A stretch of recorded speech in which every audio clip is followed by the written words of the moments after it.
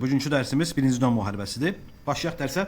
1-ci Dünya müharibəsi dövründə və ya dəqiq desək, ərəfəsində dövlətlərin əsas məqsədləri bunlar idi. Almaniyadan başlayaq. Almaniya yeni əraziləri ələ keçirmək, Böyük Britaniya, Fransa və Rusiyanı zəif etmək və onların müstəmləkələrini ələ keçirmək istəyirdi. Avstriya Macaristan yeni əraziləri işğal etmək, Balkan yarımadasında nüfuzunu genişləndirmək istəyirdi. Böyük Britaniya Almaniyanı zəif etmək, onun müstəmləkələrini ələ keçirmək və Osmanlı imperiyasını isə bölüşdürmək istəyirdi.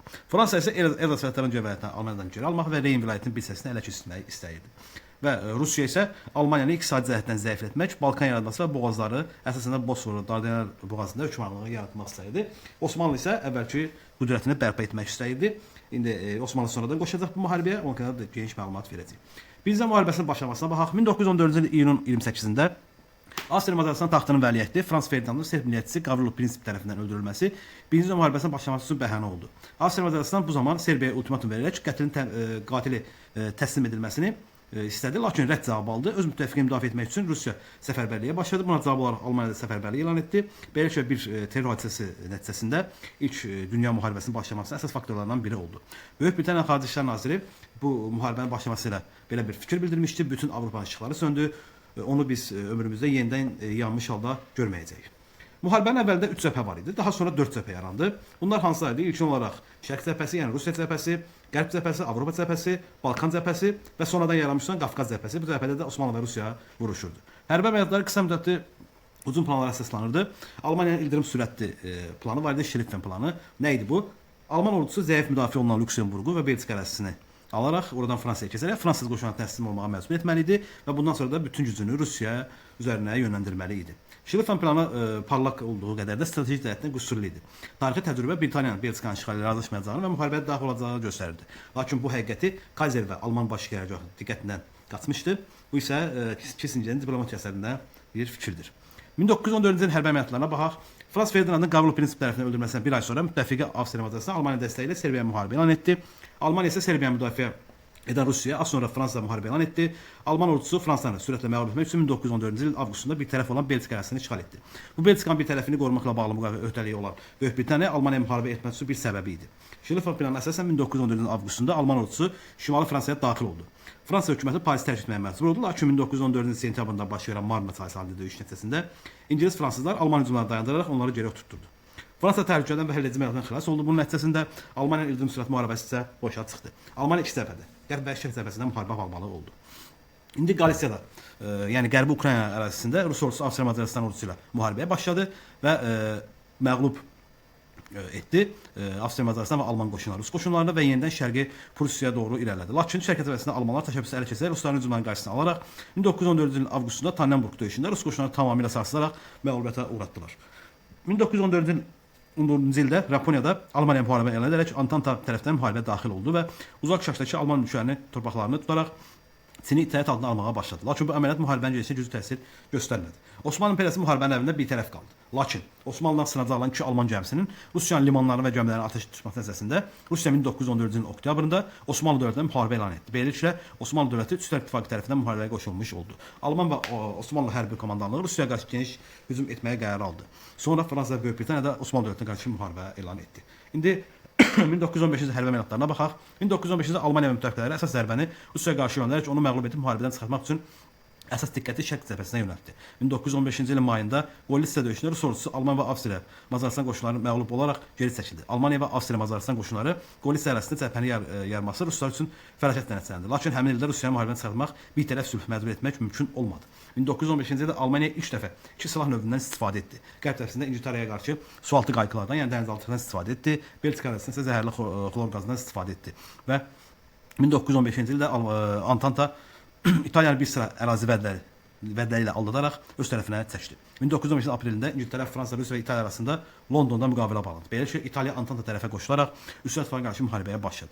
Və 1915-ci ilin sentyabrında Rusiya İttifaqı onu tərk etmiş İtaliyanın yerini doldurmaq üçün Bolqarıstan öz tərəfinə çəkdi və Bolqarıstan Rusiya İttifaqına qoşulması ilə Almaniya, Avstriya, Macaristan, Osmanlı və Bolqarıstan ibarət dörtlər İttifaqı meydana gəldi. 1914-cü dekabrın və 1915-ci ilin yanvarında Sarıqamış əməliyyatı nəticəsində Qafqaz cəbhəsində Osmanlı qoşunları qış əməliyyatı üçün zəruri təchizata malik olmadığı üçün Ruslara məğlub oldu və 1915-ci ilin əvvəlində Antanta dövlətləri İngiltərə və Fransa Rusiyaya yardım üçün Çanaqqala boğazını ələ keçirmək planı hazırladı və plana əsasən Çanaqqala boğazını ələ keçirərək İstanbul işğal olunmalı. Bununla da Osmanlı təslim olmağa məcbur edilməli idi. Nəticədə Rusiya hərbi və iqtisadi yardım göndərmək mümkün olacaqdı. 1915-in fevralında başlayan Çanaqqala döyüşlərində Türk ordusu Fransa və İngiltərə və onun dominionları olan Avstriya və Yeni Zelandiya qüvvələrini birinci gündən sonuncu günə qədər gərgin döyüşlərlə məğlub etdi və 1916-cı ilin yanvarında Antanta geri çəkilməsi ilə başa çatan Çanaqqala döyüşlərində Türk qələbəsi Mustafa Kemal kimi sərkərdə qazandırdı. Fransa və İngiltərənin yüksək təchiz olmuş orduları Türklərin qələbə qazanması səbəblərinin də vətəni qəhrəmanca müdafiə etmələri idi. 1915-ci ildə Bağdad yaxınlığında döyüşdə Osmanlı orduları məğlub etdiyi ingilisləri İraqı tutmaq təşəbbüsü ilə iflasa uğradı. Çanaqqala və Qutbun Amara döyüşlərində ingilis generalına təslim olmağa məcbur oldu. Marnava Çanaqqala döyüşlərinin oxşar cəhəti isə hər iki döyüşdə İngiliz və fransız qoşunlarının bir yerdə iştirak etməsi idi. Marnava Çanaqqala döyüşlərinin fərqli cəhətləri isə İngiltərə və fransızların, İngiliz və fransızların Marna döyüşündə qələbə qazansa da Çanaqqala döyüşündə məğlub olmuşdular. 1916-cı ilin hərbi əməliyyatlarına baxaq. Şərqin neft mənbələrini ələ keçirmək istəyən İngiltərə ikili siyasət yürüdür. Ərəblərə təqdim etdiyi müstəqillik vədləri onları Osmanlıya qarşı mübarizəyə təhrik edirdi. Yahudilərin dəstəyini almaq üçün ABŞ-ın müharibəyə girməsini təmin etmək üçün müəyyən addımlar atdı hətta. İran körfəzində böyük əməliyyatlar verən ingilislər buna diqqət yetirdilər. Bağdadı ələ keçirməyə çalışan İngilis ordusu 1916-cı ildə Qutbul Amara döyüşündə Türk ordusu tərəfindən məğlub edildi və İngilis generalı təslim oldu. Rusiyanı zəiflətmək istəyən Almaniya 1916-cı ildə əsas diqqətini Fransaya yönəltdi və 1916-cı ilin fevralından başlayaraq Alman və Fransız arasında 6 ay davam edən Verdun döyüşündə Almanlar cüzi ərazi tuta bildilər. Bu tarixə Verdun qəsəbxanası adları daxil olmuşdur. 1916-cı il iyulunda Alman və İngilis donanması arasında baş verən Jutland dəniz döyüşü tərəflərin heç biri qələbə qazana bilmədi və 1916-cı il iyulunda başlayan Somma döyüşündə Almanlara qarşı İngilis və Fransızlar tarixdə ilk dəfə tanklardan istifadə etdilər. Lakin bu döyüş tərəflərin heç biri ciddi uğurlu edə bilmədi. İngiltərə və Fransız ordularının hücumu ciddi müvəffəqiyyət qazanmağa imkan verməsə də Alman ordusu Verdun üzərindən hücumunu zəiflətdi və müdafiəyə keçməyi vadar etdi. Qafqaz ərazisində uğur qazanan ruslar Erzurum və Trabzonu işğal etdilər və 1916-cı ilin avqustunda Antal tərəfindən müharibəyə qoşulan Rumıniya ordusu ilin sonunda Avstriya, Macaristan, Bolqar qoşunlarına məğlub oldu. İndi 17-18-ci il əməliyyatlarına baxaq.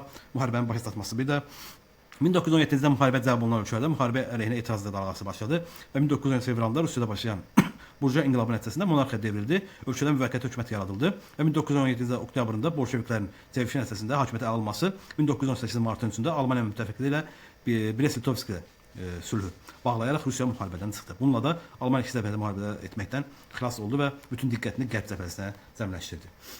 Ayrıca sülh, yəni separat sülh müharibə zamanı ölkələr koalisiyalarla üzv dövlətlərindən birinin müttəfiqlərin xəbəri və razılığı olmadan düşmənlə bağladığı sülh anlamına gəlir. 1917 il aprelində ABŞ Almaniya müharibəyə edərək Birinci müharibəsinə qoşuldu və 1918-ci ilin mayında Rumıniya Birinci müharibəsindən çıxdı. Tank və təyyarə istehsalında Almaniyadan çox irəlidə olan Fransa və İngiltərə ABŞ qoşunlarının Avropaya gələnə qədər müharibəni başa çatdırmaq istəyirdilər. Almaniya isə Antanta qüvvələrini məğlubiyyətə uğratmaq istəyirdi. ABŞ-ın müharibədə daxil olmasına baxaq. İngiltərə donanması tərəfindən blokadaya alınan Almaniya iqtisadi cəhətdən böyük zərər görürdü. Blokadaya cavab olaraq Alman sualtı qayıqları düşmən dövlətlərin hərbi və mülki gəmilərini batırmağa başladılar və 1917-ci ildə Almaniya dənizaltı döyüşlərində gücləndiyi vaxtda bunun İngiltərə təslim olacağını düşünərək ticari mənafeyinə zərər görmüş və vətəndaşları öldürmüş ABC bir tərəfdən imtina edərək Almaniyaya müharibə elan etdi. ABŞ-ın Birinci Dünya müharibəsi daxil olması son gedişinə həlledici təsir göstərdi. ABC-ın müharibəyə qoşulmanın əsas səbəbləri də var idi. Bunlar nə idi? Dərsdə verilməmiş məlumatlardır. Ən birinci küllü miqdarda borc pulu vermişdi. Avropada, yəni İngiltərə, Fransa, Rusiya bu dövlətlərə küllü miqdarda borc vermişdi və onların məğlub olacağı təqdirdə bu pullarının boşa çıxacağını bilirdi. Ona görə də nə etdi? Özü müharibəyə qoşub müharibənin taleyini həll etdi.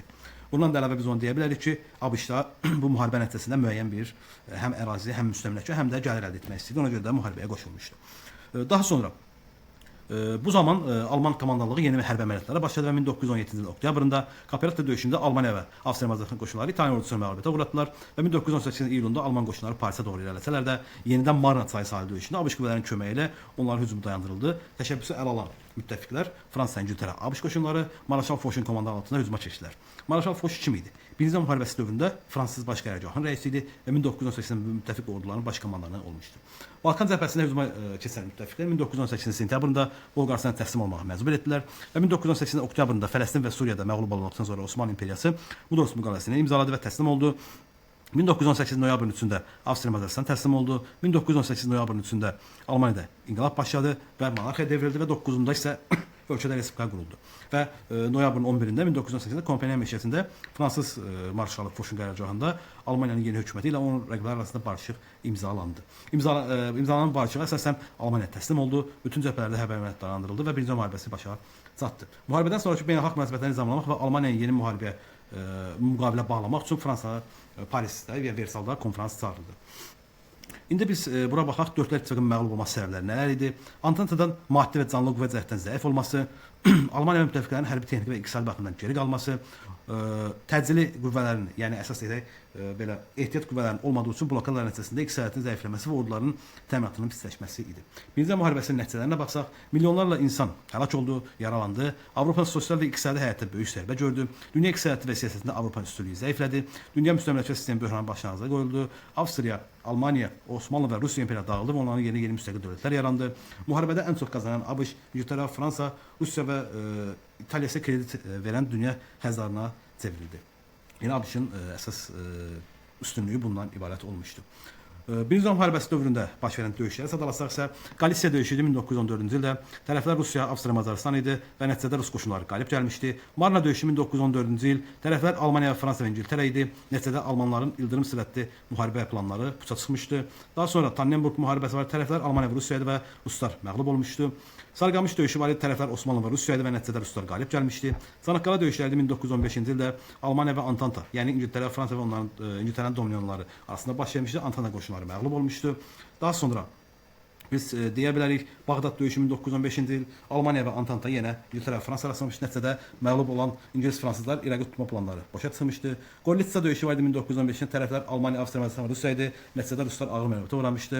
Daha sonra Qüttül Amara döyüşü var idi 1916-da tərəflər İngiltərə və Osmanlı idi. Nəticədə ingilislər məğlub edildi və İngilis general təslim oldu. Verdə müqaviləsi var idi. Almaniya və Antanta əsasən də Fransa ilə döyüş baş verdi. Tərəflər xeyli itkilər verdi. Almanlar yalnız cüzi torpaq əldə edə bilmişdilər. Somma döyüşü var idi. Tərəflər Üçlər İttifaqı və Antanta idi. Yəni İngiltərə, Fransa və nəticədə tərəflər ciddi uğur əldə edə bilmədilər və Jutland dəniz döyüşü var idi 1916-cı ildə. Tərəflər Almaniya və İngiltərə idi. Tərəflərdən heç bir üstünlük qazana bilmədi və rəqiblər əvvəlki mövqelərinə geri qayıtdılar. Caperotto döyüşü var idi 1917-ci ildə. Tərəflər Almaniya, Avstriya, Macarıstan, İtaliya, nəticəsində İtaliya ordusu məğlub olmuşdu və 1918-ci ildə Marna çayı sahilində döyüş var idi və Almanların hücumları dayanmışdı ABŞ, İngiltərə və Fransa qoşunları tərəfində. Tarixdə baş verən Bağdad döyüşlərinə baxaq. 1394-cü ildə Teymur Qaraqoyunlu Qara Yusuf və Sultan Əhməd Teymurlara məğlub olmuşdu. 1638-ci il Səfəv və Osmanlı qoşunları Bağdada ələ keçirmişdi.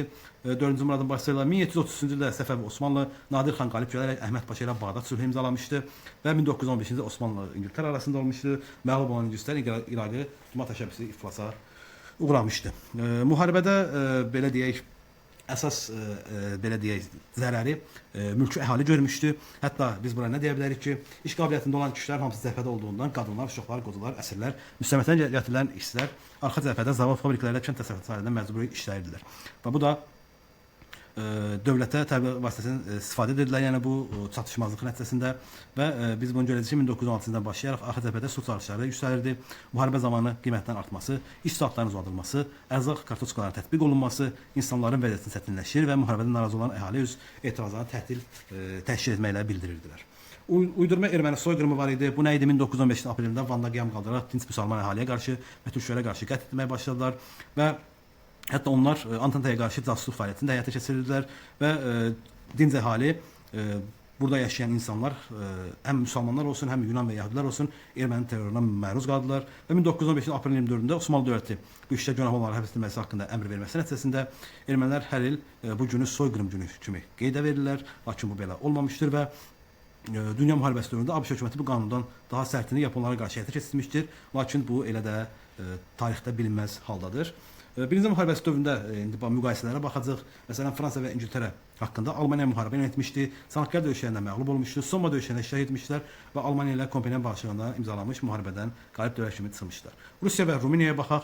Antanta tərəfindən müharibəyə qoşulmuşdu. Döyüşlərdə Alman, Avstriya qoşunları məğlub olmuşdu. Müharibə başa çatmamışdan çıxmışdılar müharibədən və Almaniya və müttəfiqləri ilə müqavilə imzalamışlar. Birinci müharibəsi dövründə müqayisələrə baxaq indi. Almaniya və Rusiyaya ölkədə inqilab baş vermişdi. Bir neçə cəbhədə vuruşurdular və monarxiya devrilmiş, əvvəl qurduqları imperiya dağılmışdı. İtaliya və Yaponiyaya baxaq, Almaniya müharibəni etmişlər, yeni ərazi ələ keçirməyə çalışmışlar və müharibədən qalib dövlət kimi çıxmışlar. Rusiya və Osmanlı müqayisəsinə baxsaqsa, Qafqaz cəbhəsində hərbi əməliyyatlar aparmışlar, müharibədən məğlub dövlət kimi çıxmışdılar. Balkan müharibəsi 1-ci müharibəsinin oxşarına baxsaqsa, 1-ci Balkan 20-ci əsrin ikinci 10 illiyində baş vermişdi. Osmanlı dövləti məğlub olmuşdu hər iki müharibədə. Krım müharibəsi 1-ci müharibəsinə oxşarına isə baxsaq, Rusiya və Osmanlı imperial bir-birlərinə qarşı vuruşmuş, İngiltərə və Fransa iştirak etmiş, dəniz döyüşü baş vermişdi və Rusiya məğlub olmuşdu.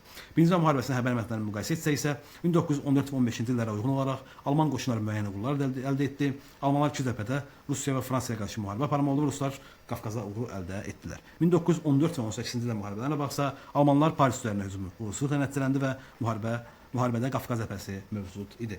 İndi sağ tərəfə baxaq, xəritə hissəsinə burada əsas nədən danışacağıq? Biz burada baxacağıq ki, ilkin olaraq deyək ki, Antanta, yəni 1907-ci ildə müqavilə ilə yaradılan Antantaya baxsaq, birinci dövlət Britaniya idi, Rusiya və Fransa idi. Bunlara qarşı olaraq Üçlər İttifaqı yaradılmışdı. Üçlər İttifaqının döyüş ölkələri kimlər idi?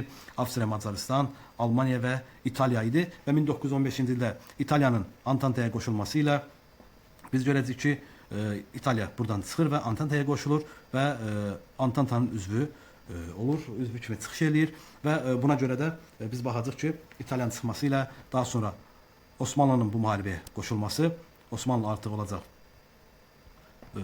Üçlər İttifaqının bir üzvü və daha sonra Bolqaristan daxil olması ilə bu üzvlük Dörtlər İttifaqı adını alır və Avropada olan bu siyasi blokların müharibəsi nəticəsində Birinci müharibəsi baş verdi və Antanta bu müharibədən qalib bir blok kimi çıxdı və yeni müstəmləkələr əldə etdi və bunun nəticəsində biz görəcəyik ki, Rusiya, Osmanlı imperiyası, Almaniya imperiyası, Avstriya, Macaristan imperiyasının inəcəyi, süqut edəcək və onların yerində müstəqil dövlətlər meydana gələcəkdir. Dərsimiz bu qədərdir. Ümidvaram sizin üçün faydalı olar. Oldu. Sizə uğurlar arzulayıram.